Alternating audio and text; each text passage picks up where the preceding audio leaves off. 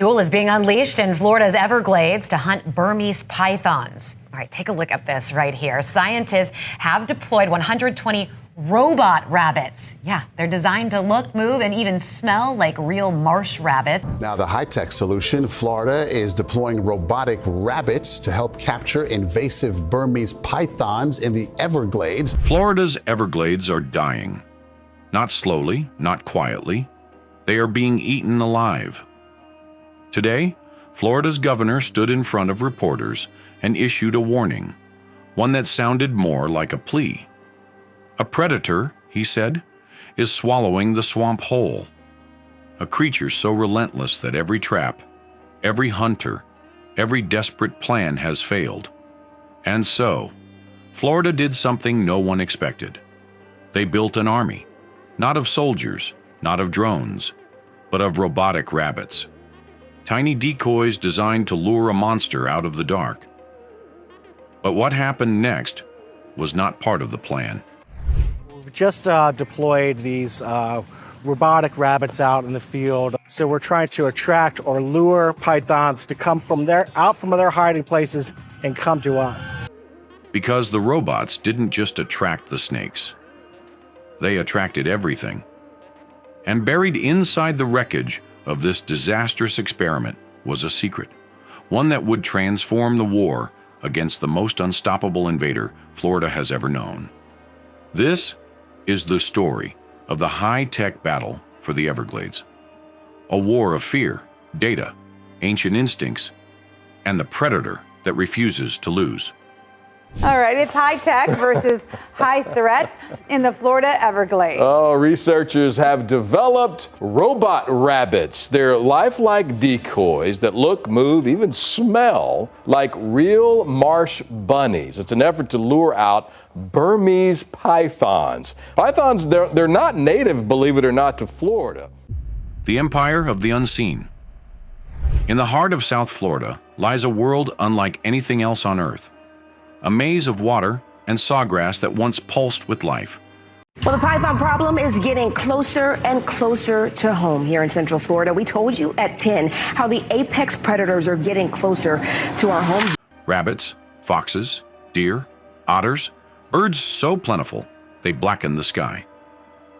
But all of that began to disappear. And the culprit wasn't a hurricane, or pollution, or climate catastrophe. It was a serpent. The Burmese python, born in the jungles of Southeast Asia, now rules the Everglades like an invading king. A silent empire-building predator.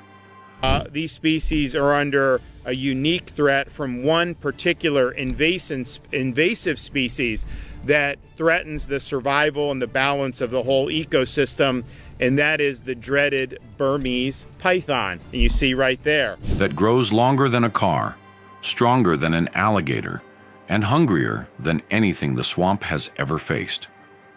But the thing nobody tells you is this. This invasion was a human mistake. In the 1980s and 90s, baby pythons were sold in pet stores across Florida. Small, harmless, beautiful. People bought them the way you'd buy an aquarium fish.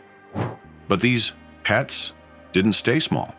15, 18, even 20 feet long, muscle-packed creatures capable of overpowering a full-grown deer or a 6-foot alligator. Owners panicked, and many did the unthinkable. They released them. Then came Hurricane Andrew. It tore through reptile facilities, scattering pythons into the wild, like seeds in a storm. And in the paradise of the Everglades, warm, wet, endless, they multiplied. A single female could lay up to 100 eggs, and they had no natural predators except each other. Threatens the survival of many endangered species. A single female python can lay up to 100 eggs at a time, and they have no natural predators in the Florida Everglades. Within years, the Everglades began to fall silent. Raccoons, foxes, marsh rabbits, gone. Some populations dropped by over 90%. The ecosystem wasn't collapsing. It was being replaced. And soon, the state of Florida realized something terrifying. They were losing. The hunters who couldn't win the first strategy was simple: humans versus snakes. They launched the Python Challenge, a media spectacle inviting ordinary people into the swamp to hunt. Hundreds joined. Airboats roared. Flashlights sliced through the dark. And after weeks of effort, just 68 snakes. The annual Python Challenge kicks off tomorrow, and the purpose is to remove the invasive Burmese python from the Everglades. The python hunting. I think in Florida now, anyone can hunt a python, and you get a prize too. Like you get money, and you get serious money. I don't know if it's like $1,000. Huge. Like, where the is that place? From a population in the tens of thousands. So the state professionalized the battle. Elite hunters were hired, paid to stalk the night, paid bonuses for every snake captured or killed. But the math was brutal. The Everglades is 1.5 million acres. A python can disappear under a single blade of grass. For every python removed, 2 more hatched. So officials tried something bolder, using radio-tracked Judas snakes, females implanted with transmitters to lead hunters to breeding males. It worked, but not enough. The swamp was too large. The pythons were too good at hiding. Every method hit the same wall. Humans were hunting with their eyes. The python was hunting with everything else. South Florida has hired 25 top hunters to capture and kill the snakes. A nearly 17-foot-long python was killed last week. Now it is the longest captured so far in this program. This is the 9th year state agencies have released eastern indigo snakes back into the wild in the Florida Panhandle. Those 42 snakes were bred and hatched right here in Central Florida at the Orion Center for Indigo Conservation in Eustis.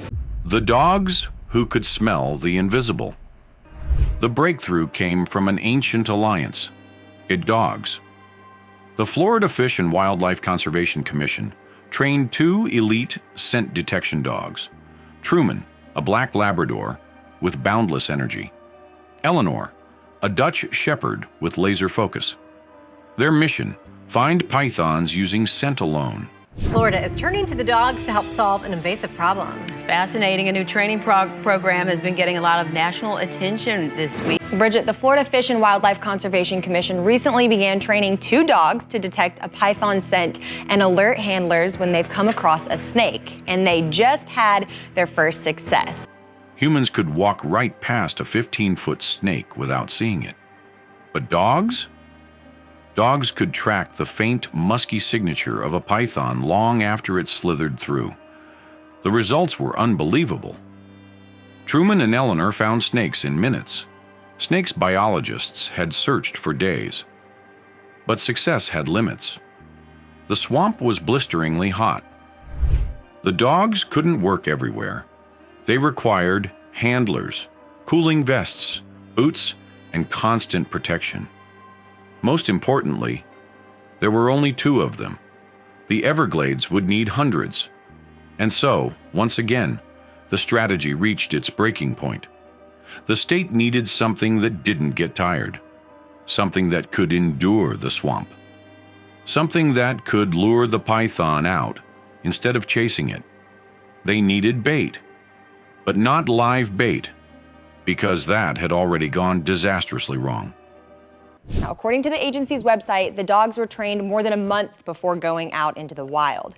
The FWC has been using python-scented towels and live pythons with surgically implanted trackers to teach the dogs to pick up a snake's scent. While Burmese pythons have been known to eat small alligators and small deer, Truman and his 4-legged partner, Eleanor, are trained to stay about 3 feet away from the reptiles, so they'll be safe. The rise of the robo-rabbit engineers and biologists joined forces to create the perfect decoy. It would look like prey, feel like prey, smell like prey, but it would be fake, a machine wrapped in synthetic fur.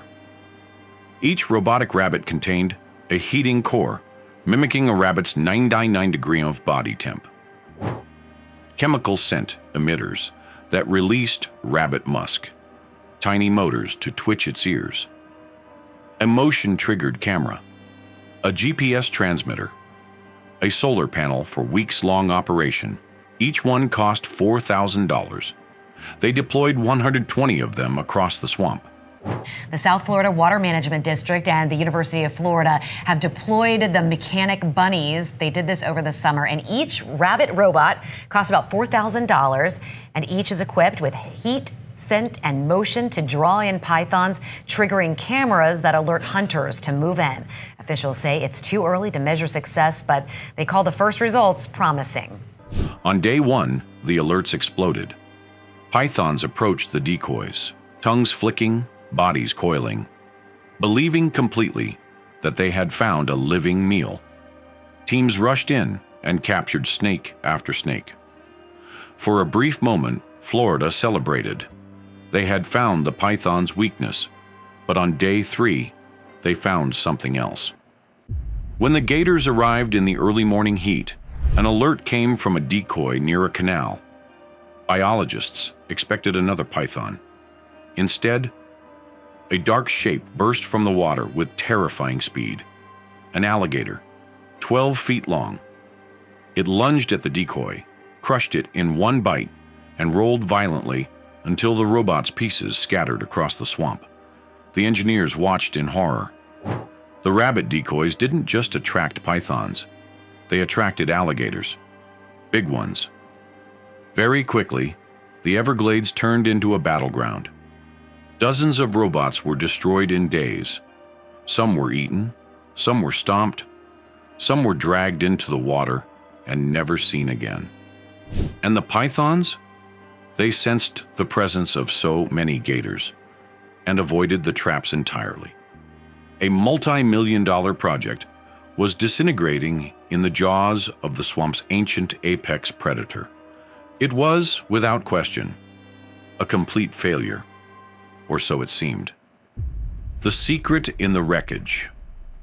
As the team prepared to cancel the project, a young data analyst discovered something hidden in the robot logs. A pattern, because even though the rabbits had failed as bait, they had succeeded as spies. Each unit tracked thermal signatures, timestamps, motion patterns, predator behavior, both python and alligator. And when the data from all 120 decoys was combined, a map appeared. A map no human had ever seen. The pythons weren't moving randomly. They were using hidden corridors, water channels, and grass tunnels invisible from the surface. And the alligators? They used the same routes. The decoys had recorded an entire social network of predators, a living blueprint of the swamp's darkest secrets. Scientists fed the data into a powerful AI. Days later, the AI delivered its verdict.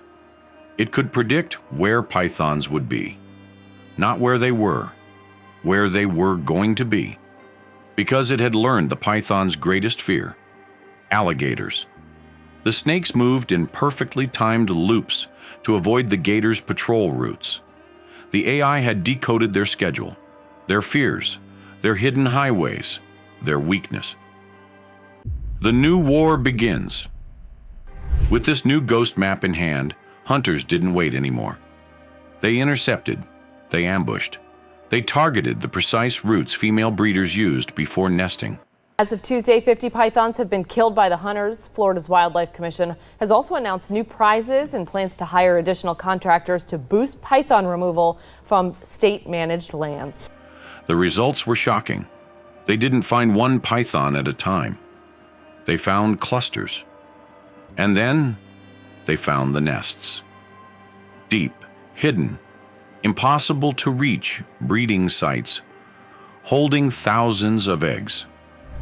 The AI didn't just help the hunters, it guided them directly to the python's heart. In a single month, using the AI-generated predictions, hunters removed more pythons than in the entire previous year of traditional hunting.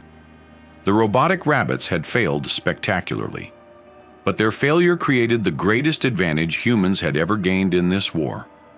The decoys had become the Everglades' most unlikely heroes. The cost of knowing. But the story doesn't end with victory, because there's a question no one wants to ask.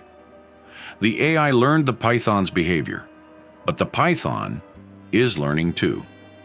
The more the hunters intercept them, the more unpredictable they become. Already, scientists are seeing shifts, routes changing, patterns breaking, new hiding strategies emerging. The python is adapting, and it's adapting fast. The war is not over, but for the first time since the invasion began, humans have a chance, not because of brute strength, not because of weapons, but because of information, because every crushed decoy, every destroyed robot, every failed experiment became data, and data became the python's undoing.